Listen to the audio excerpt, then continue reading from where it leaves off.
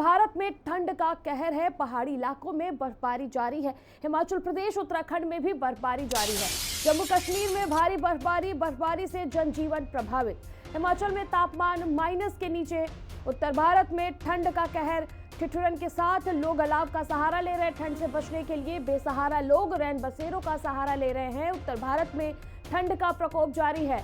पहाड़ी इलाकों में बर्फबारी जारी है। हिमाचल प्रदेश, उत्तराखंड में बर्फबारी। जम्मू कश्मीर में भारी बर्फबारी से जनजीवन प्रभावित।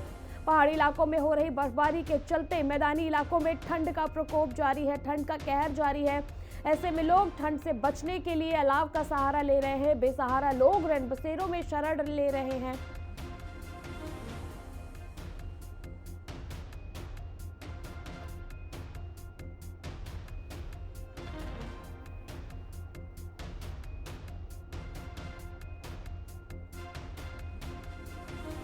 हिमाचल प्रदेश, उत्तराखंड में भारी बर्फबारी और पहाड़ों में बर्फबारी से जहां पर्यटकों के चेहरे खिले हैं, पर्यटक बर्फबारी एंजॉय कर रहे हैं, वहीं भारी ठंड का कहर जो है उन लोगों को झेलना पड़ रहा है। और हमारे सहयोगी मोहम्मद मुकर्रम श्रीनगर से हमारे साथ जुड़ चुके हैं। योगराज शर्मा हमारे साथ शिमला से जुड़ चुके हैं। शुभांगी भट्ट हमारे साथ देहरादून से जुड़ चुकी हैं। शुभांगी का रुख करते हुए हम सबसे पहले देहरादून चलेंगे। शुभांगी, देहरादून में आज नामांकन की प्रक्रिया भी है और ठंड का प्रकोप भी जारी है। क्या कुछ वहां से मौसम के अपडेट सामने आ रहे हैं?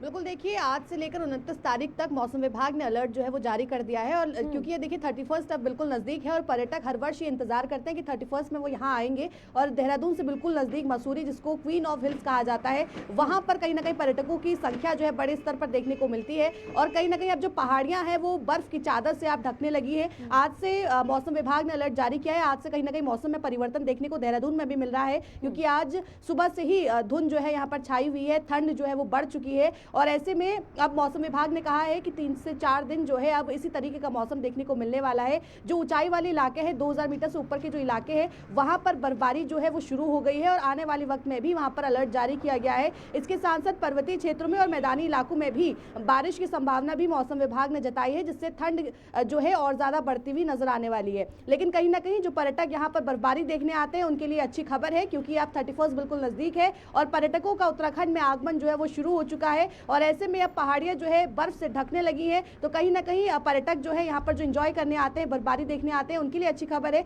लेकिन दूसरी तरफ रैन बसेरों की व्यवस्था भी करी गई है। जिन लोगों के सर पर छत नहीं है, जिन लोगों के पास घर नहीं है, उनके लिए भी प्रशासन लगातार कोशिश कर रहा है कि उनको छत दी जा सके, उनको ठंड से बचाया जा सके, उनके लिए अलाव की व्यवस्था किया जा सके, उनके लिए बिस्तर की व्यवस्था किया जा सके। इसको लेकर रैन बसेरों में भी व्यवस्थाएं जो है दुरुस्त की जा रही है। मुख्यमंत्री खुद इसकी मॉनिटरिंग कर रहे हैं, जिलाधिकारियों को भी इसके निर्देश दिए गए हैं। तो कहीं ना कहीं अब मौसम जिस तरीके से परिवर्तन ले रहा है, प्रशासन भी इसको लेकर रुख कर रहा है, इसको लेकर काम करता हुआ नजर आ रहा है। वही पर्यटकों के लिए भी ये अच्छी खबर है। बिल्कुल, हम सीधे अब आपको श्रीनगर लिए चलेंगे। श्रीनगर से हमारे सहयोगी मोहम्मद मुकर्रम हमारे साथ जुड़े हैं।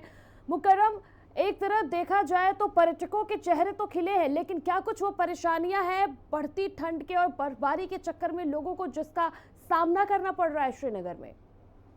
जी, अगर हम बताएंगे कि जो कश्मीर वैली है, ख़ास तौर पर ये इस वक्त एक परेशानी हाल में जी रहे हैं, क्योंकि जो मौजूदा सरकार ने वादे किए थे इलेक्ट्रिसिटी या पीने का पानी या 200 यूनिट, लेकिन जी। लोग इतने परेशान हैं, आप बिजली भी नहीं रह रही है। इस वक्त भी दिन के 11:30 बजे है, टेम्परेचर माइनस में है और रात का जो टेम्परेचर होता है वो -8 -9 मुख्तलिफ ज़िलों में मुख्तलिफ टेम्परेचर होता है, लेकिन हर ज़िले में -8 -7 -6 यही टेम्परेचर रहता है। यानी माइनस में जब टेम्परेचर रहता है, हर कोई चीज़ फ्रीज़ हो जाता है और जो पीने का पानी टैंकियों में भरा हुआ होता है, वो भी फ्रीज़ होता है।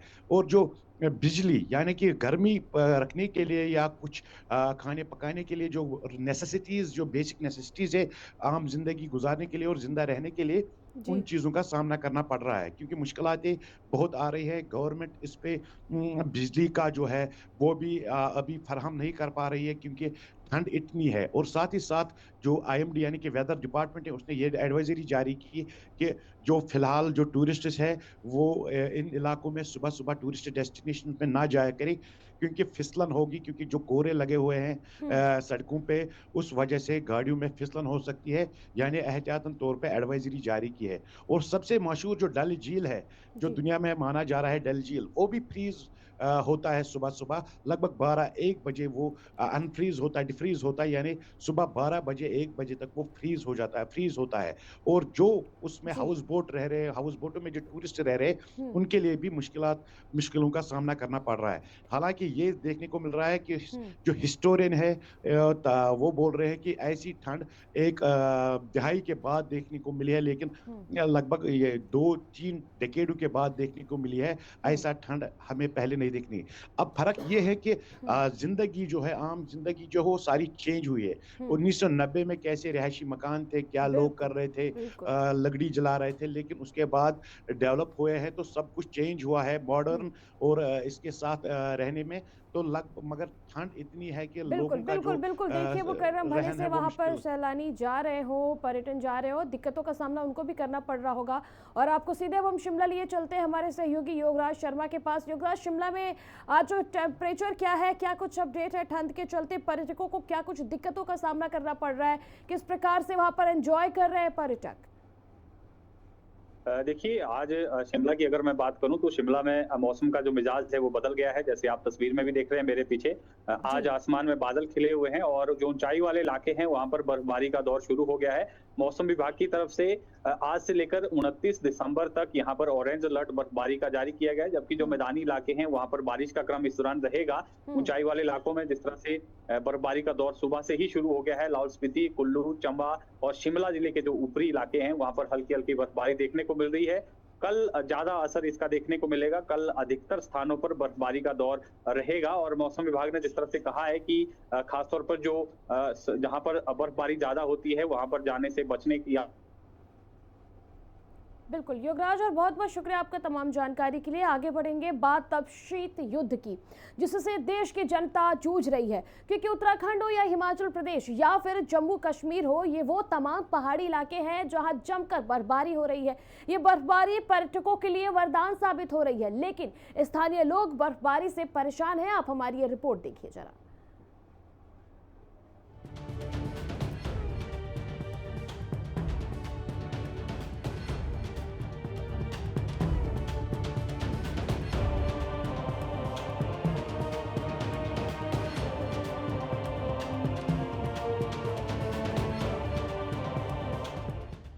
सफेद चादर से ढके पहाड़, जम्मू से हिमाचल बर्फ का प्रहार, पहाड़ पर सड़कें हुई जाम, उत्तराखंड में बर्फबारी से कोहराम। हिमाचल या फिर उत्तराखंड, नजरें जहां जाती है सिर्फ और सिर्फ बर्फ ही बर्फ दिखाई दे रही है। दिसंबर के आखिरी हफ्ते में ठंड अपने शबाब पर है। हाल ये मानो कि पहाड़ों पर हिमयुग आ गया हो। पहाड़ों से गिरते झरनों तक सभी बर्फ में तब्दील हो चुके हैं। हिमाचल प्रदेश का एक बड़ा हिस्सा बर्फ की चपेट में है। पारा लगातार नीचे जा रहा है। हिमाचल में ठंड किस तरह कहर बरपा रही है, इसको इसी से समझा जा सकता है कि घटते तापमान ने पिछले कई सालों का रिकॉर्ड तोड़ दिया है। बीते कई दिनों से बर्फबारी का दौर है। कई इलाकों के हालात ये है कि पारा 0 डिग्री से नीचे चला गया है, वहीं कई इलाकों में पारा 0 पर बरकरार है। हिमाचल में ठंड के टूटे सारे रिकॉर्ड। अधिकांश इलाकों में तापमान 0 से नीचे। सबसे कम तापमान ताबो में -10.6 डिग्री सेल्सियस,